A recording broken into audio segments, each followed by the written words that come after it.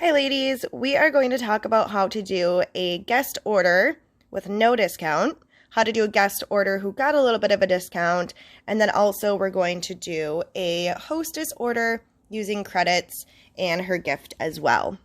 So for a regular guest order, I'm just using the carbon copy. This is just like a fake video. Obviously, when you have your order forms, these two pieces go together. I keep the white portion. I give the guest her receipt, which is the yellow portion. This is, again, just for video purposes, for a fake order. So if you have your guest here, I just like to save time in the shopping room. I just fill out her first and her last name, and then I put whose party it's for.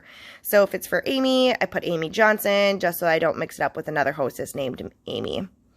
Then the reason why I don't put like the shipping address, state, zip code, email, phone number is because I'm looking at the connection card. That's the little info card that she has filled out at the very beginning of the party, and I've collected at the very end of the party in exchange for her catalog. That's what I'm looking at for when I'm shipping stuff. So this will save you time. So you have your product name here.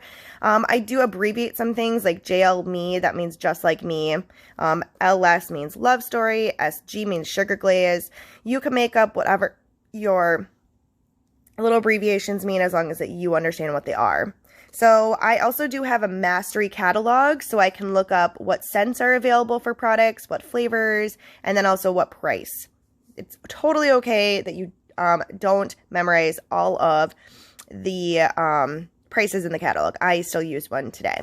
So I write down the product, I ask her what scent or flavor that she needs with that, and I'm looking at my catalog and I say that these are your options, and then I ask her how many. You know, they might sometimes want to buy multiples, so just making sure you don't prejudge. And then this is your total. Receive or back order, you can check these or circle it. So if she went home with it, I'm going to check off received. And then the Just Like Me Sugar Glazed Donut, now we're at $40 retail. Let's say I need to ship that to her. So that's going to let me know when I get home that when I place my order, I'm going to make sure I order both of these things, but this is the only one that I need to ship her. So then we have our product total. That's going to be 40. You can keep a running total here if you want. You don't have to if you don't want to. I generally don't. I just put in their regular prices here, and then I add it all up at the end. So our retail product order total is going to be $40. And then we're going to add $7 for shipping and handling. And if, let's say, she took everything home, I would explain this as like, all right, I'm going to get your total with tax and shipping. Shipping, basically, you're paying me back to take it all home today. And then this is going to be your city tax rate.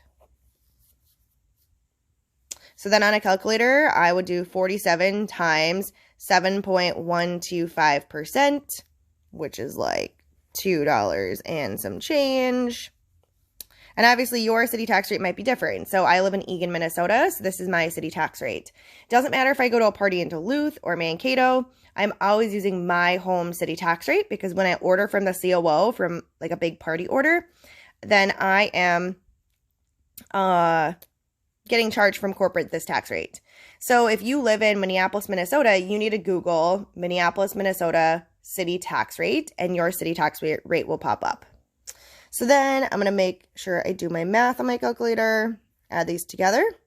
And then I say, do you want to do, your total is $49.50. Do you want to do cash, card, or check?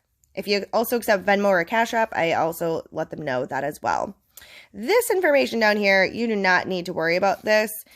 We are not writing down their credit card information. These order forms are a little outdated. We are just going to, I like to put down here, like, does she use card, either check or cash? And then I would put this information, the $49.50, into my Square credit card reader. Let's say she got a little bit of a discount, okay? So let's go to a new guest, or let's pretend that this next guest has a discount. So let's say my guest, she won the door prize drawing, and let's say she got 5% off one item. So I generally like to choose like the cheapest item unless my guest is gonna be like, oh, can't I get, the 5% off a main attraction? So then I would still honor it. But if she's not going to really, tell me what item she wants it off, I'm just going to choose one. So 5% off of a $20 item is going to save $1. 10% would be $2. Half of that is going to be $1. So what I first need to do is I need to get her original total. Okay, so again, it would be $40, 7 shipping handling, tax for my area, and then the total would be $49.50. And then I'm going to say, all right, and then your discount today, we're going to save $1 for your 5% off an item. So now your total is going to be $48.50. Do you do cash, card, or check? And obviously this would go over here, but this is just an example. So that's how you would do a discount. You do it at the very end. And then let's say we are going to be totaling up our guest order forms for our hostess to see how much credit that she got, okay? So let's pretend, again, this is our guest who did not have any discounts. She just has a regular retail order of $40, okay? So on my calculator, I'm just adding product total. I'm not adding shipping, and I'm also not adding tax for my party total to give my hostess credit. So I'm going to add $40 for this person. Let's pretend this is a whole new person. That other person had a $40 retail, but she had a little bit of a discount. So I'm not going to do $40 for my retail. I'm actually going to do $39 because she did get a $1 discount. And then let's say the next person, she has a $100 order. I'm going to add $100 regular retail. So that's 40 plus 39 plus 100 and so forth. So then when it comes to your hostess, once I've added up all of my regular guest orders, I like to write, again, just for my hostess, first and last name, and then I like to write her name as the hostess right here. I also like to write at the top how much credits she got. So let's say she had a $550 party. I'm going to say, hey, Sarah, you had a $550 party. You get 10% of the party sales. So on my calculator, I take $550 times 10%. And again, this is not including tax and shipping in that $550 total. So then I get $55. So I say you have $55 to spend on anything that you want. And then your free gift from booking off at Becky's party is a free coochie cream. So let's start with your free coochie cream. What scent did you want?